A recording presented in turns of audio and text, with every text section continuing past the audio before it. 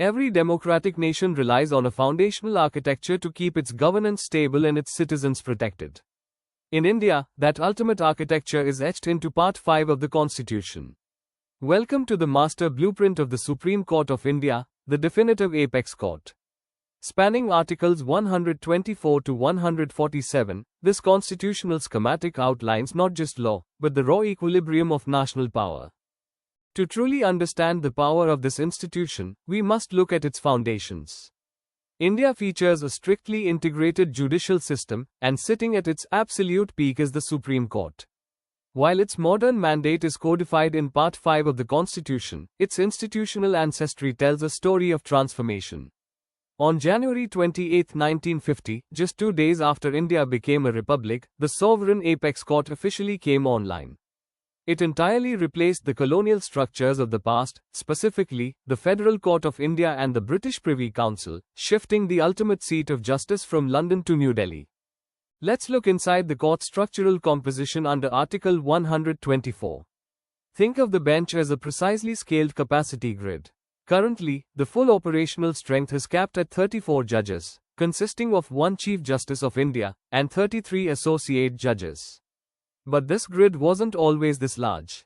Back in 1950, its original strength was just 8 judges. Who controls this expansion mechanism? The Constitution gives exclusive power to Parliament to systematically increase the number of judges over time via legislation, ensuring the court can scale with the growing legal demands of a massive population. How is a Supreme Court judge engineered for total independence? It starts with strict input qualifications. To enter the pipeline, you must be a citizen of India and fulfill one of 3 paths: 5 years as a High Court judge, 10 years as a High Court advocate, or be recognized as a distinguished jurist in the opinion of the President. Once inside this steady state, insulation from political pressure is guaranteed. Judges serve securely until the age of 65, and their salaries are charged directly onto the Consolidated Fund of India, meaning Parliament cannot vote to reduce them. Removing a judge requires navigating a brutally narrow impeachment funnel under Article 124 Clause 4. It is a grueling 5-stage process. First, a motion must be signed by either 100 members of the Lok Sabha or 50 members of the Rajya Sabha. Second, it must be admitted by the Speaker or Chairman. Third, a 3-member judicial committee investigates. Fourth, it must pass a special majority vote in both houses of Parliament concurrently. Finally, a presidential order clears the removal based on proven misbehavior or incapacity. To this day, no Supreme Court judge has ever been successfully removed through this full funnel. To ensure the machinery of justice never halts, the blueprint contains 3 quick activation contingency options for temporary appointments. First, under Article 126, if the Chief Justice's office falls vacant or they are unable to perform their duties, the President appoints an acting CJI to steer the court. Second, under Article 127, if there is a lack of quorum, meaning not enough judges are available to hold a session, the CJI can draft a qualified High Court judge as an ad hoc judge, provided they have the prior consent of the President and the respective High Court's Chief Justice. Third, under Article 128, to tackle extreme workloads or special necessities, the CJI can invite a retired Supreme Court or High Court judge back into active service, assuming the President and the retired judge both agree. While the constitutional text seems clear, it concealed a massive design flaw that triggered a historic power struggle. Article 124 states that the President shall appoint judges after consultation with the Chief Justice. But this created intense constitutional friction. What does consultation actually mean? Does it mean the President must obey the advice of the Chief Justice, or simply listen to it and then do whatever the cabinet wants? This single, ambiguous word pitted the executive against the judiciary in a 40-year tug-of-war that completely transformed the landscape of Indian democracy. To resolve this friction, the Supreme Court interpreted its own blueprint across 3 landmark legal battles known as the judges' cases. In the first judges' case of 1982, the executive won. The court ruled that consultation only meant an exchange of views. The government was not bound by the CJI's advice, solidifying executive dominance. But in 1993, the second judge's case turned the tables completely. The court reversed its view, ruling that the CJI's advice is absolutely binding. This births the early Collegium system, a body of the CJI and two senior-most judges. It also mandated that the senior-most judge of the court must automatically become the CJI. By 1998, the third judge's case finalized this evolution, cementing absolute judicial dominance. It expanded the Collegium to include the CJI and four senior-most associate judges. With this, India became a rare judicial model where judges appoint other judges. This transfer of power did not go unchallenged. In 2014, the executive executed its most aggressive move yet, the 99th Constitutional Amendment Act.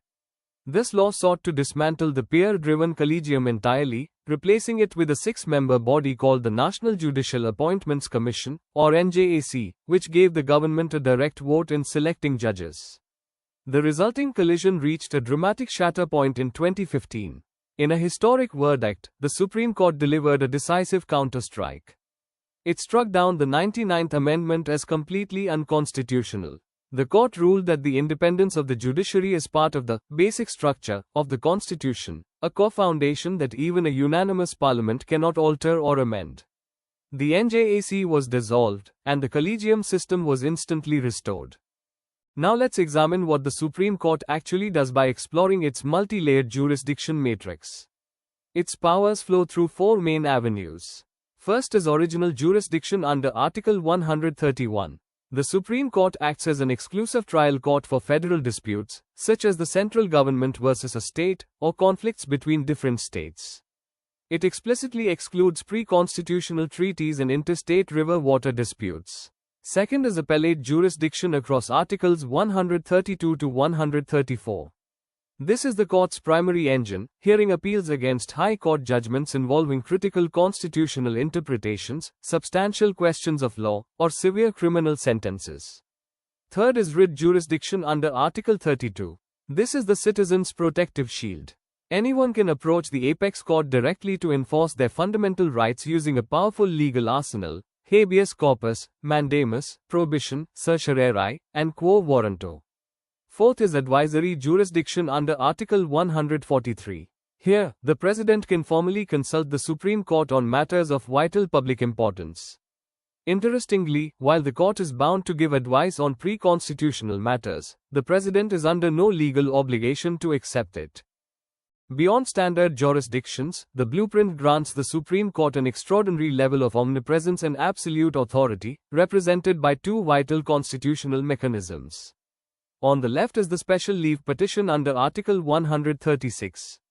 This gives the court unparalleled, discretionary power to step in and grant special leave to appeal against any judgment, order, or decree passed by any court or tribunal in the country. The only entity completely outside this reach is a military tribunal. On the right, Articles 129 and 141 establish the Supreme Court as a premier court of record. This means two things. First, any law declared by the Supreme Court is absolutely binding on every single court across the entire territory of India. Second, under Article 129, it possesses the power to punish for contempt of court, allowing it to penalize anyone who defies its authority. Perhaps the most fascinating element in the entire blueprint is Article 142, the ultimate override code. When standard parliamentary laws or administrative procedures are insufficient to address a crisis, Article 142 empowers the Supreme Court to step outside its traditional role. It allows the court to exercise executive and legislative authority to pass any decree or order necessary for delivering complete justice. Over the decades, the court has activated this override zone to manage critical national issues directly, from implementing environmental measures to cleanse the turning marble of the Taj Mahal, to cancelling irregular coal block allocations, ordering the release of long-term convicts like A.G. Perarivalan, and enforcing a nationwide ban on liquor sales along major highways to save lives. This immense power makes judicial activism a complex, double-edged sword, operating much like a swinging pendulum. When swinging toward positive intervention, primarily through public interest litigations or pills, it serves as a vital democratic tool. It protects the rights of vulnerable citizens, acts as a check on executive overreach, and spearheads essential social and environmental reforms. However, when the pendulum swings too far toward negative overreach, it can cross into administrative territory. By intervening in policy decisions, it risks straining the traditional separation of powers, delaying economic reforms, and adding to an already heavy judicial workload. Ultimately, the Supreme Court of India stands as the premier custodian of the Constitution, a foundational mechanism of democracy designed to constantly balance the pursuit of absolute justice with the structural boundaries of its own power. Don't forget to subscribe, like, share, comment if you enjoyed this quick revision.